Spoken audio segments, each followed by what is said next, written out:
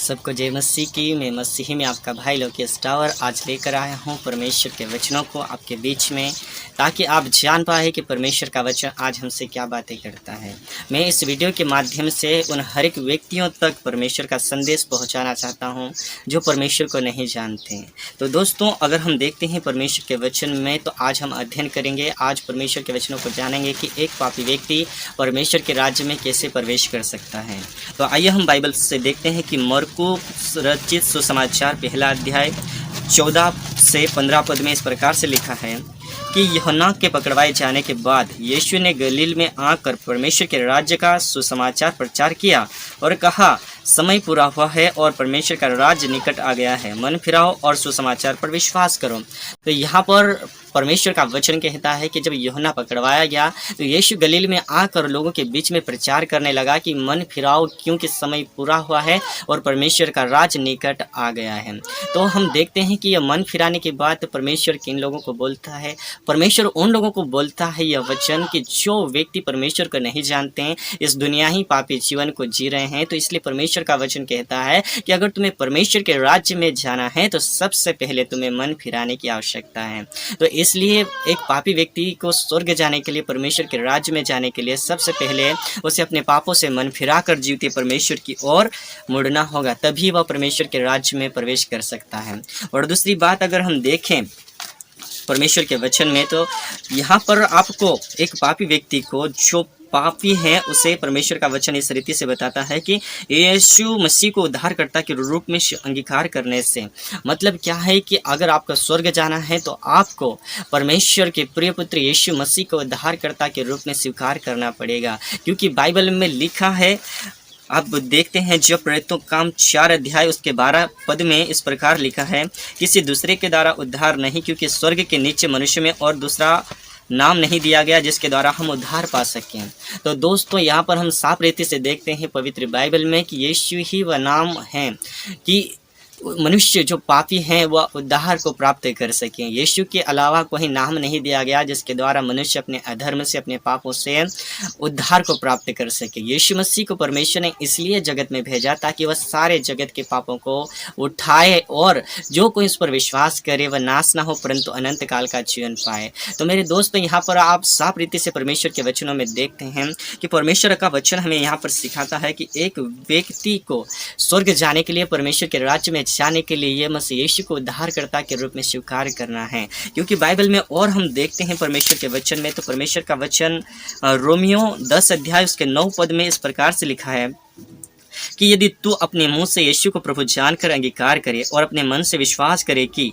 परमेश्वर ने उसे मरे हुओं में से जिलाया, तो तू निश्चय ही उद्धार पाएगा। क्योंकि धार्मिकता के लिए मन से विश्वास किया जाता है और उद्धार के लिए मुंह से अंगीकार किया जाता है। तो दोस्तों, यहाँ पर हम साफ रीति से देखते हैं यीशु के बारे में लिखा है कि यदि हम मुँह से यीशु को प्रभु जानकर अंगीकार करते हैं और अपने मन में विश्वास कर देते हैं और यह पक्का विश्वास करते हैं कि परमेश्वर ने यीशु मसीह को, जो कलवरी क्रूस पर सारे जगत के पापों के लिए मारा गया था, उससे परमेश्वर ने मृतों में से तीसरे दिन जीवित किया है करके हम विश्वास करते हैं,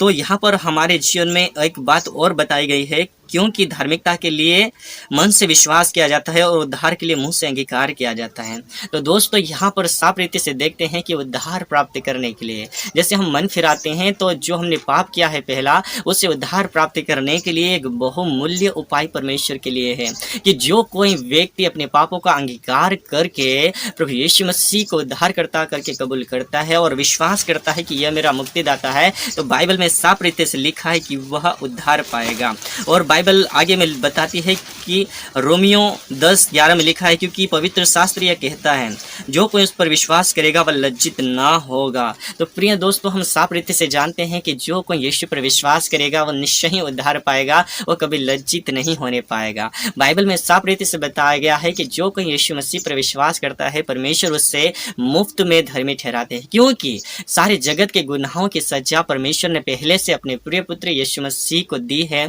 ताकि जो कोई यीशु मसीह पर विश्वास करे और यह विश्वास करे कि मेरे गुनाहों की सजा यीशु मसीह ने अपने ऊपर ले ली है, यह विश्वास करेगा वह उद्धार को प्राप्त करेगा। तो और दोस्तों, दूसरी बात हमने जानी है कि यीशु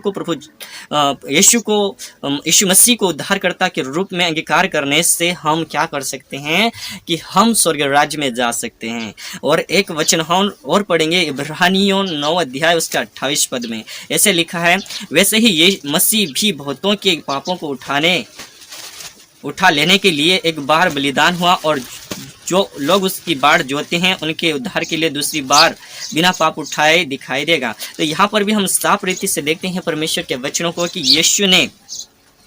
जो बहुतों के पापों को उठा लेने के लिए एक ही बार बलिदान हुआ, और जो लोग उसकी बाढ़ जोते हैं उनके लिए उद्धार के लिए दूसरी बार बिना पाप उठाए दिखाई देगा। इसका मतलब क्या है कि यीशु मसीह ही सारे जगत के पापों को उठाकर उनके उद्धार के लिए बलिदान हुआ है, एक प्रायश्चित के लिए, कि जो कोई उस पर विश्वास करे मसीह यीशु पर, तो वह लज्जित ना होगा परंतु वह परमेश्वर के उद्धार को प्राप्त करेगा। जैसे हम देख लिए हैं कि एक पापी व्यक्ति को स्वर्ग में जाने के लिए मन फिराने की आवश्यकता है और मसीह यीशु को उद्धारकर्ता करके कबूल करने की आवश्यकता है, क्योंकि किसी दूसरे के द्वारा उद्धार नहीं, प्रभु यीशु मसीह के द्वारा उद्धार है। और दूसरी बात अगर हम देखें, 2 बातें हो गई है, और ये तीसरी बात लिखा है कि पवित्र आत्मा को जीवन में ग्रहण करने से और पवित्र आत्मा के चलाए चलने से एक पापी व्यक्ति परमेश्वर के राज्य में प्रवेश कर सकता है। तो आइए हम परमेश्वर के वचनों को देखें, प्रेरितों का काम 2 अध्याय उसका 38 पद में।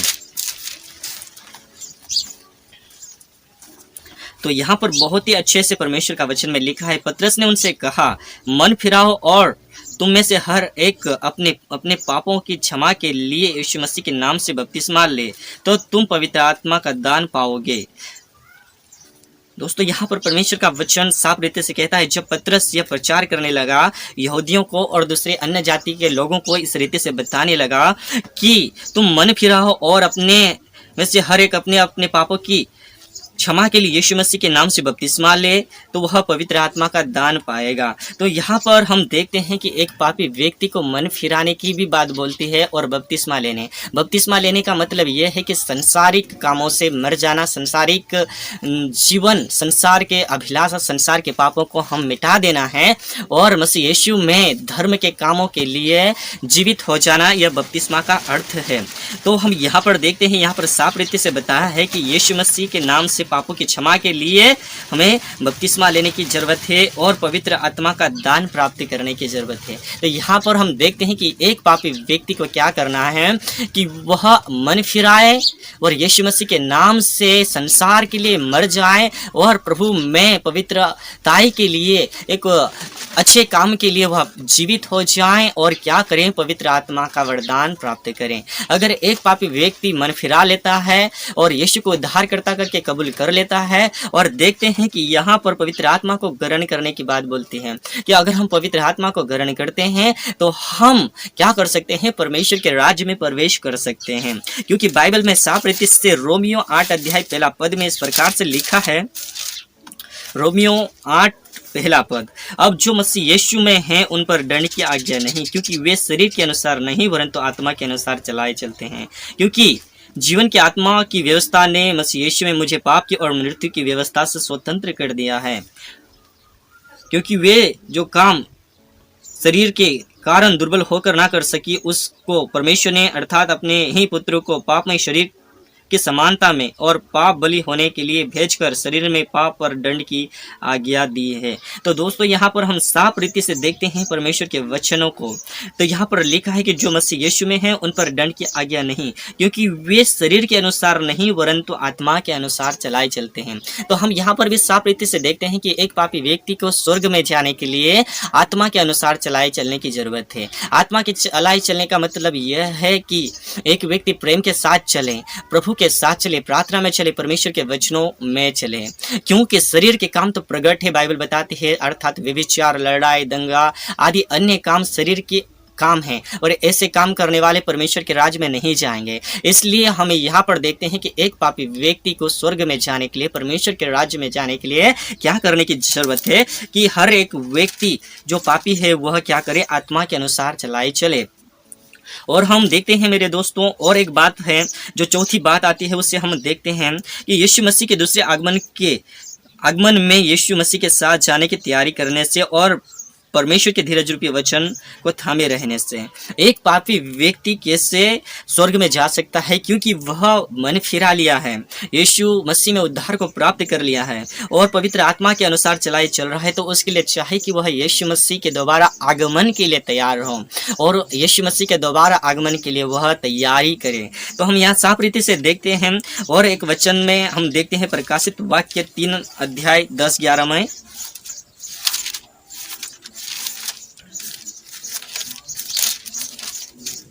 यहाँ पर साफ रीति से लिखा है, तूने मेरे धीरज के वचनों को थामा है, इसलिए मैं भी तुझे परीक्षा के उस समय बचा रखूंगा जो पृथ्वी पर रहने वाले के परखने के लिए सारे संसार पर आने वाली है। मैं शीघ्र ही आने वाला हूँ, जो कुछ तेरे पास है उसे थामे रह कि कोई तेरा मुकुट छीनने ना पाए। तो दोस्तों यहाँ पर हम साफ रीति से देखते हैं परमेश्वर के वचन में कि प्रभु ने यहाँ पर कहा है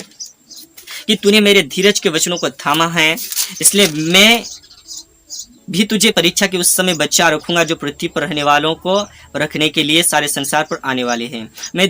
मैं शीघ्र ही आने वाला हूं, जो कुछ तेरे पास है उसे थामे रह कि कोई तेरा मुकुट छीनने ना पाए। तो हम यहाँ पर देखते हैं कि दोस्तों, एक व्यक्ति जो पाप से उद्धार को प्राप्त कर लिया है, पवित्र आत्मा के अनुसार चलाए चल रहा है और वह यीशु मसीह के आगमन के लिए तैयारी कर रहा है। तो यहाँ पर हम देखते हैं कि यीशु के आगमन के लिए हमें क्या करने की जरूरत है, हमें तैयार रहने की जरूरत है। बाइबल में साफ साफ लिखा है, और देखते हैं कि हम यहाँ पर परमेश्वर का वचन कहता है कि तूने मेरे धीरज के वचनों को थामा है। तो हमें क्या करना है कि परमेश्वर के धीरज रूपी वचनों को थामना है और उसी वचन के आधार पर चलते रहना है, और यीशु मसीह के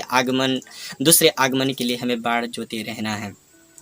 तो दोस्तों, आज हमने देखा है कि एक पापी व्यक्ति किस रीति से परमेश्वर के राज्य में प्रवेश कर सकता है, अपने पापों से मन फिराकर और यीशु मसीह को उद्धारकर्ता के रूप में स्वीकार करके और पवित्र आत्मा के अनुसार चलाए चलने से और यीशु मसीह के दूसरे आगमन के लिए तैयार रहकर परमेश्वर के वचनों को थामे रहने से वह स्वर्ग राज्य में प्रवेश कर सकता है। मैं आशा करता हूं कि यह वचन आपको बहुत ही अच्छा लगा होगा, परमेश्वर ने आपसे बातें की होगी। तो सबको जय मसीह की, परमेश्वर आपको आशीष दे।